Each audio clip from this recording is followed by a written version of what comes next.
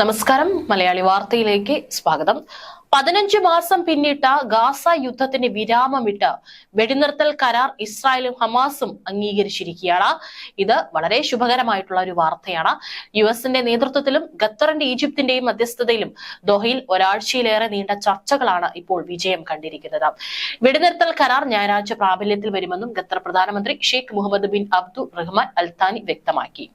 ഇന്ന് ഇസ്രായേലിലെ യുദ്ധകാല ക്യാബിനറ്റ് കരാറിന് അന്തിമ അംഗീകാരം നൽകുമെന്നും പ്രധാനമന്ത്രി ബെഞ്ചമിൻ നെതന്യാഹുവിന്റെ ഓഫീസ് അറിയിച്ചു. ഡൊണാൾഡ് ട്രംപ് പ്രസിഡന്റായി സ്ഥാനമേൽക്കുന്ന 20-ന് മുമ്പ് വെടിനിർത്തൽ പ്രഖ്യാപനം നടത്താൻ യുഎസ് സമ്മർദ്ദം ചെലുത്തിയിരുന്നു. തന്റെയും ട്രംപിന്റെയും സംഘങ്ങളുടെ ഒരുമിച്ചുള്ള ശ്രമങ്ങളാണ് വെടിനിർത്തലിലേക്ക് നയിച്ചതെന്ന് സ്ഥാനമൊഴിയുന്ന പ്രസിഡന്റ് ജോ ബൈഡൻ പറഞ്ഞിരുന്നു. ഗാസ ജനതയുടെ ധീരതയുടെ വിജയമാണിതെന്നും ഹമാസ് പ്രതികരിച്ചു. വെടിനിർത്തൽ പ്രഖ്യാപനം വന്നതോടെ ഗാസയിലെങ്ങും ജനം ആഹ്ലാദ പ്രകടനം നടത്തുകയാണ്. ഗാസ ഈജിപ്ത് അതിർത്തിയിലെ ഫിലാഡൽഫി ഇടനാഴിയിൽ സൈന്യം തുടരുമെന്ന ഇസ്രായേൽ നിലപാടിനെ ഹമാസ് എതിർത്തത് ചർച്ചകൾക്ക് തടസ്സം സൃഷ്ടിച്ചിരുന്നു.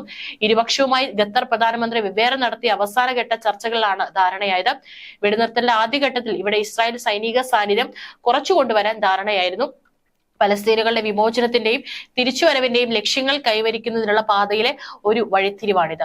ഗാസ മുനമ്പിലെ ദൃഢനിശ്ചയവും ക്ഷമയുമുള്ള ജനങ്ങളോടുള്ള ഉത്തരവാദിത്തത്തിൽ നിന്നാണ് ഈ കരാർ ഉരുത്തിരിഞ്ഞത്. ഗാസയിലെ ജനങ്ങൾക്കെതിരായ സൈനിസ്റ്റ് ആക്രമണങ്ങളും കൂട്ടക്കൊലകളും ഉന്മൂലന യുദ്ധവും അവസാനിപ്പിക്കാനാണ് കരാർ.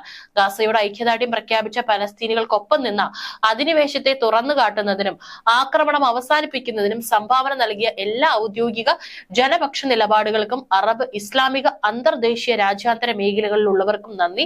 കരാറിലെത്താൻ വലിയ ശ്രമങ്ങൾ നടത്തിയ മധ്യസ്ഥരായ സഹോദരങ്ങൾക്കും പ്രത്യേകിച്ച് ഖത്തറിനും ഈജിപ്തിനും പ്രത്യേകം നന്ദി പറയുന്നുവെന്നാണ് ഹമാസ് അറിയിച്ചിരിക്കുന്നത്. 42 ദിവസം നീളുന്ന ആദ്യഘട്ടത്തിന്റെ തുടക്കത്തിൽ ഹമാസിന്റെ ബന്ദികളായ 100 പേരിൽ 33 പേരെ മോചിപ്പിക്കും. പകരം ഇസ്രായേൽ ജയിലിലുള്ള 100-ലേറെ പലസ്തീൻകാരെ വിട്ടയക്കും. ഗാസയിലെ ജനവാസ മേഖലകളിൽ നിന്ന് ഇസ്രായേൽ സൈന്യം പിന്മാറുകയും ചെയ്യും. ആദ്യഘട്ടം തീരും മുമ്പ് രണ്ടാം ഘട്ടത്തിനുള്ള ചർച്ച ആരംഭിക്കും. യുദ്ധത്തിൽ ഗാസയുടെ ഭൂരിഭാഗ പ്രദേശവും തകർന്നടിയുകയും 23 ലക്ഷം പലസ്തീൻകാരിൽ 90% അഭയാർത്ഥികളായി മാറുകയും ചെയ്തു.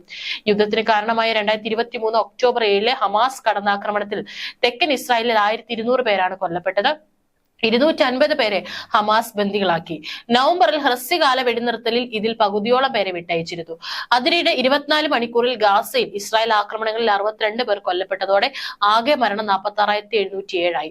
1,10,265 പേർക്ക് പരിക്കേറ്റു.